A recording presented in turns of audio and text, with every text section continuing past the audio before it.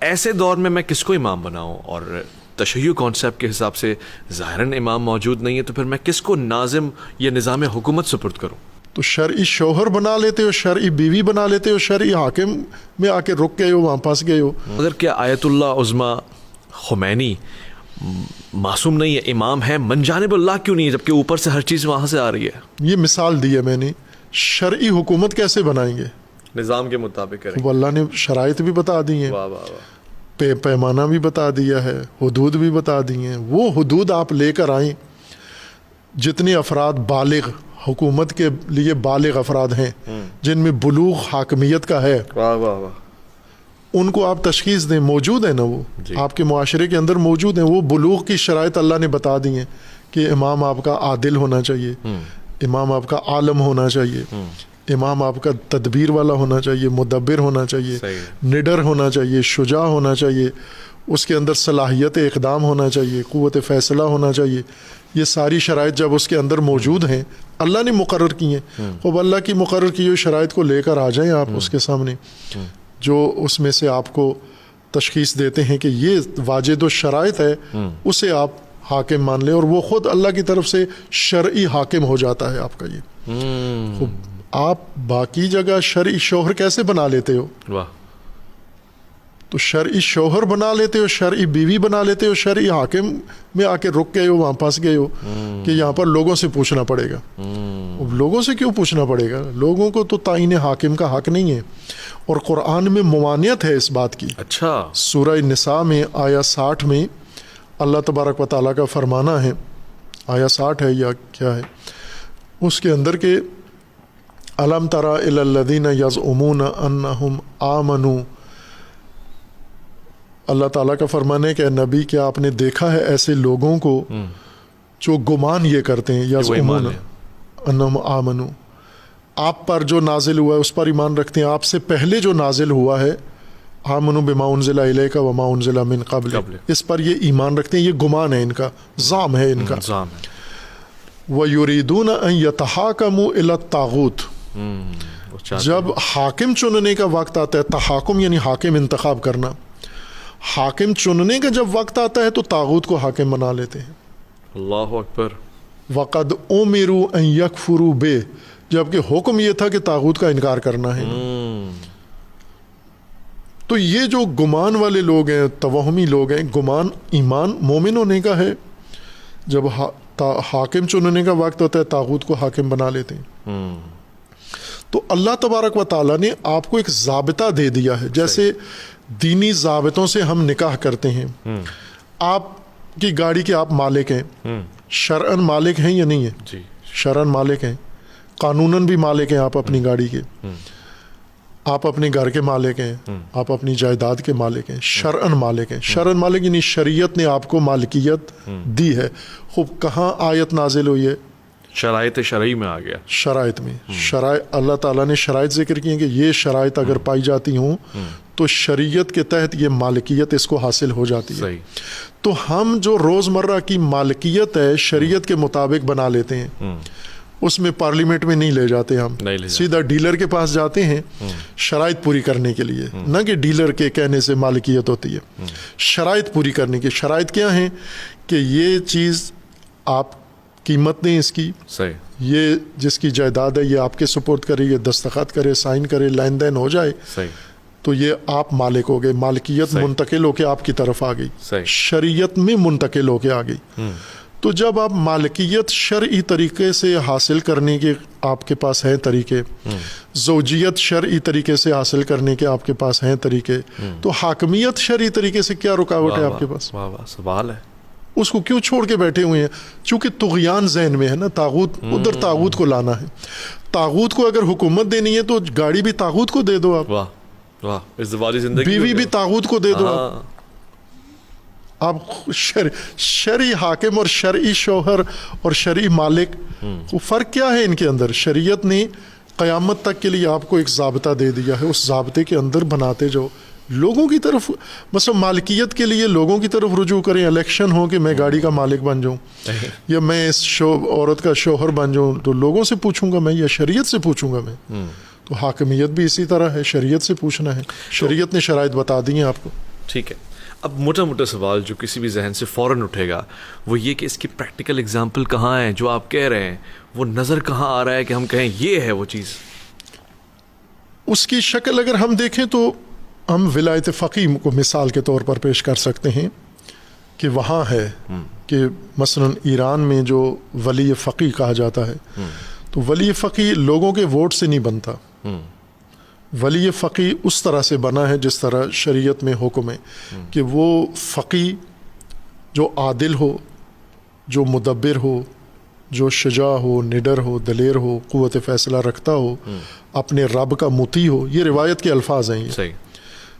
من کان من الفقہاء، فقہا میں سے ہو یعنی دین شناس ہو. ظاہر ہے جب اللہ کے دین کے مطابق اس نے حکومت کرنی ہے تو اس کو دین کی فہم سمجھ تو ہونی چاہیے نا. آپ کسی کو بھی پکڑ کے نہیں بٹھا سکتے. آپ حتماً اس کو اللہ کی حدود کا پتہ ہو. قاضی بھی وہی ہوگا، اس کو پتہ ہو کہ اللہ کے فیصلے کیا ہیں، اللہ کے احکامات کیا ہیں، تمام تفصیل جانتا ہو وہ. پھر اس کے علاوہ وہ عادل بھی ہو، پھر اس کے علاوہ وہ باقی شرائط بھی رکھتا ہو، وہ حاکم بن سکتا ہے تمہارا. تو یہ ہم مثال کے طور پر اس کو پیش کر سکتے ہیں کہ عملی ایک صورت ہے، یعنی ہو سکتا ہے. یہ آج کے زمانے میں ہوا ہے. پھر دوسری چیز اس کی ہم دیکھ سکتے ہیں کہ جو اللہ تبارک و تعالیٰ نے حاکمیت کا یعنی ہمارے شیعہ اعتقاد کے مطابق ہے وہ امامت کا اچھا تصور ہے. حاکم یعنی امام حاکم ہی کو کہتے ہیں. سیاسی رہنما، سماجی رہنما اور اجتماعی رہنما جس کے پاس اللہ کے دیے ہوئے اختیار ہیں کہ وہ لوگوں کی حکومت کر سکے. جو مولا کا معنی ہے لغت میں ولائے ولی کا، وہ بھی صاحب اختیار ہونا ہے. جس طرح حضور نبی اکرم صلی اللہ علیہ وآلہ وسلم نے غدیر میں حجۃ الوداع میں لوگوں سے اقرار لیا کہ کیا میں تمہارے نفوس پر تم سے زیادہ اختیار رکھتا ہوں یا نہیں؟ تو لوگوں نے اقرار کیا کہ ایسا ہی ہے. تو پھر فرمایا کہ من کنت مولا ہو فہذا علی مولا ہو، کہ اگر میرا اختیار تھا اور میں مولا تھا تو اب یہ مولا ہیں، یہ اختیار رکھتے ہیں آپ کا. تو امام یا ولی کا مطلب ہوتا ہی اختیار والا ہے، جس کو اختیار دے دیا گیا ہو. وہ اختیار امامت کے نظام کی صورت میں اللہ تبارک و تعالیٰ نے مقرر کیا ہے. اور امام بنانا یا امام کو اختیار دینا یہ اللہ کا کام ہے. اختیار اللہ نے دینے ہیں، لوگوں نے صرف تشخیص دینا ہے کہ واجد الشرائط امام کون ہے اس وقت، جس کی ہم نے اطاعت کرنی ہے، جس کی ہم نے پیروی کرنی ہے، جس کے مطابق چلنا ہے. اور وہ امام پابند ہے کہ وہ صرف اللہ کے قوانین نافذ کرے. وہ کسی نہ لوگوں کی آراء کے پیچھے چلے گا، خواہشات، وہ منع ہے اس کے لیے. ٹھیک ہے. اگر آپ اکثریت کے پیچھے چلیں گے گمراہ کر دیں گے آپ کو. ٹھیک ہے. اور نہ ہی خود اپنی مرضی کر سکتا ہے. یہ نہیں کہہ سکتا کہ میں یہ چاہتا ہوں، میری تشخیص یہ ہے. اللہ کا فرمان یہ ہے، وہ صرف پابند ہے اس کا. افرائیت من اتبع ہواہ. ٹھیک ہے. یہ سوال اسی کی ضبط میں اور آخری سوال ہوگا، بہت بڑی پیچیدگی ہے جس کا نتیجہ نکل آئے گا اور حل نکل آئے گا انشاءاللہ.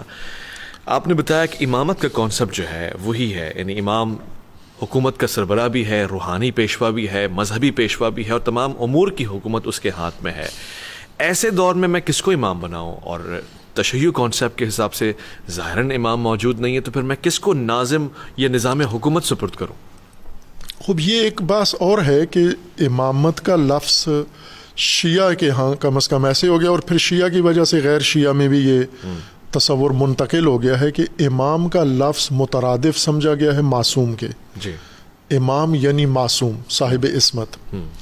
نہ، یہ غلط فہمی ہے. امامت کا مطلب عصمت نہیں ہے، عصمت کا معنی امامت نہیں ہے. اچھا. ممکن ہے عصمت ہو امامت نہ ہو.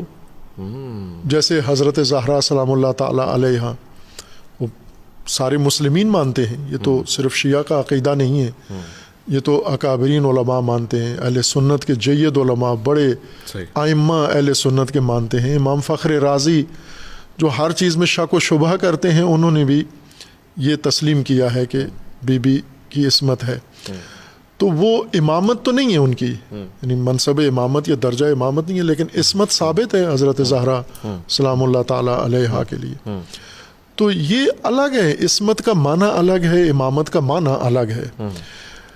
اب جیسے